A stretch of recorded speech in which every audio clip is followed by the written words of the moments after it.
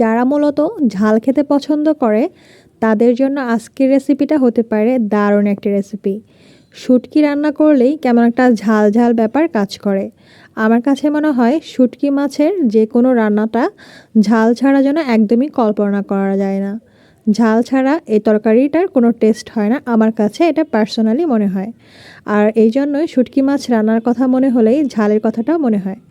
আজকে একটু ভালো ঝাল দিয়ে শুটকি মাছের রেসিপি করব। যারা ঝাল খেতে পছন্দ করে তারা এটা দেখতে পারেন, আর সেই সাথে বাসায় রান্না করে দেখতে পারেন, আমাকে কমেন্টস করে রাখতে পারেন কেমন হয়েছে। প্রথমে আমি রান্নাটা করার জন্য এখানে সর্ষের তেল নিয়েছি, আর এখানে সর্ষের তেল নিয়েছি 3 টেবিল চামচের মতো। তারপর বেবি অনিয়ন যেগুলো হয়ে থাকে সেরকম ছোট ছোট পেঁয়াজগুলো এখানে দিয়েছি বেশ কয়েকটা। তারপর একটু ভেজে নিয়ে এখানে আমি পেঁয়াজ কুচি আর রসুন কুচি ইউজ করছি। রসুন কুচি এবং পেঁয়াজ কুচি সব কিছু একসাথে ভালোভাবে 1 থেকে 2 মিনিটের মতো ভেজে নিয়েছি। তারপর এখানে নরম হওয়ার জন্য স্বাদ মতো লবণ দিচ্ছি, তাতে করে পেঁয়াজ রসুনটা একদম নরম হয়ে আসবে।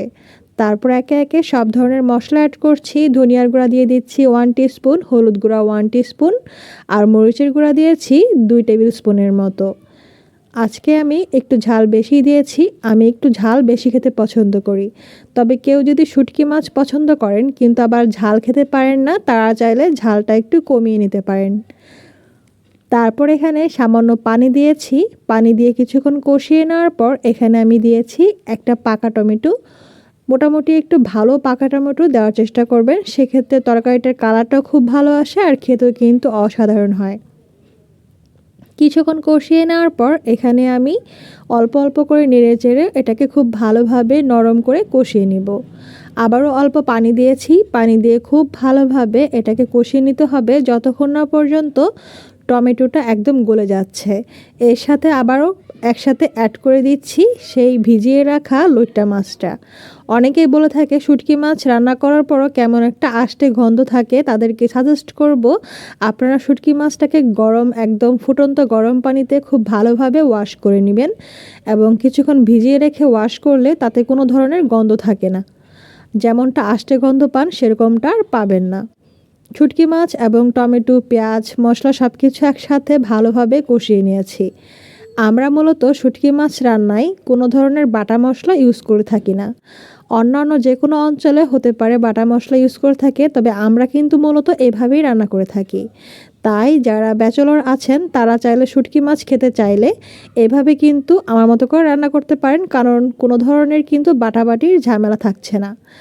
কিছুক্ষণ রান্না করার পর পানি দিয়েছি, পানি দেওয়ার পর একদম ফাইনালি এটাকে রান্না করার জন্য পানি দিয়ে ঢাকনা দিয়ে ঢেকে দিয়েছি।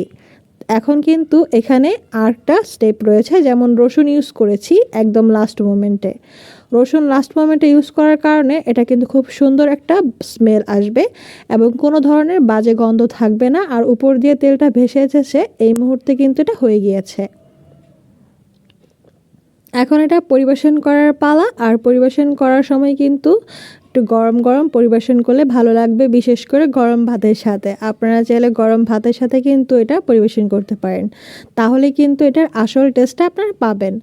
আশা করছি আজকের এই রেসিপিটি আপনাদের কাছে ভালো লেগেছে। ভালো লাগলে কিন্তু বাসায় এরকম ঝটপট এই স্পাইসি রেসিপিটি তৈরি করে ফেলতে পারেন। যারা শুটকি লাভার তাদের জন্য কিন্তু এই রেসিপিটা বেস্ট রেসিপি।